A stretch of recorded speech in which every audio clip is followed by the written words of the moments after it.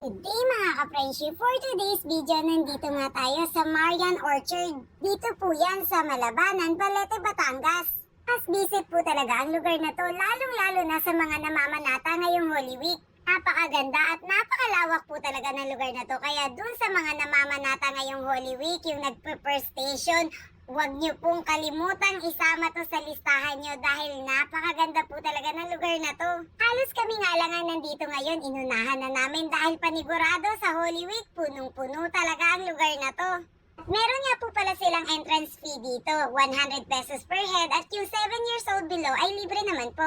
Madaling hanapin naman po ang lugar na to kung manggagaling kayo sa Maynila at mag-exit kayo sa Balete exit, malapit na po siya doon. Bungad pa nga lang, diba? Napakaganda na, what more pa kaya yung loob? Kaya naman tara, samahan nyo kaming mag-ikot dito sa Marian Orchard. Ako'y manghang-mangha talaga sa mga bonggambilya nila dito. Pangalan pa lang, diba? Bonggang-bongga na talaga. Ang dami nga nilang ginagawang mga bonsai dito. Hindi ko alam kung sila talaga ang nagtatanim yan o kinukuha lang nila. Pero yung mga bonggambilya dito malalaki, nakita nyo naman po, diba?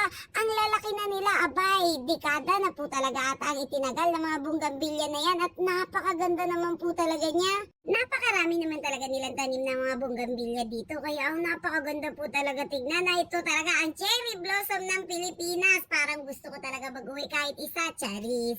Ay siya, wag na nga natin patagalin pa ang pagbaba. Baka nung oras na tayo matatapos dito at sa baba nga po magsisimula yung first station. Pero malamang sa malamang, bago kayo makababa, matatagalan din po kayo dahil sa napakaganda nga po ng lugar, hindi talaga kayo magsasawang kumuha ng mga picture at mga video dyan.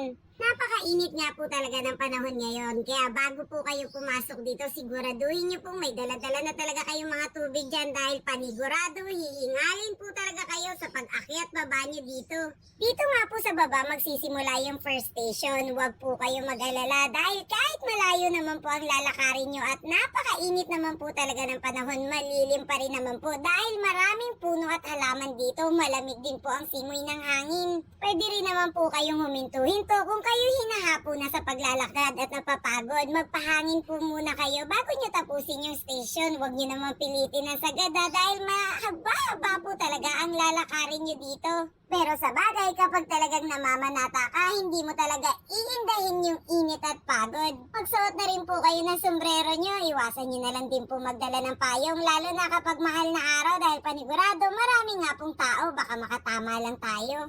Nauna na nga sa amin yung mga kabataang Pinoy, pero syempre kaming medyo may edad na konti-konti lang naman po.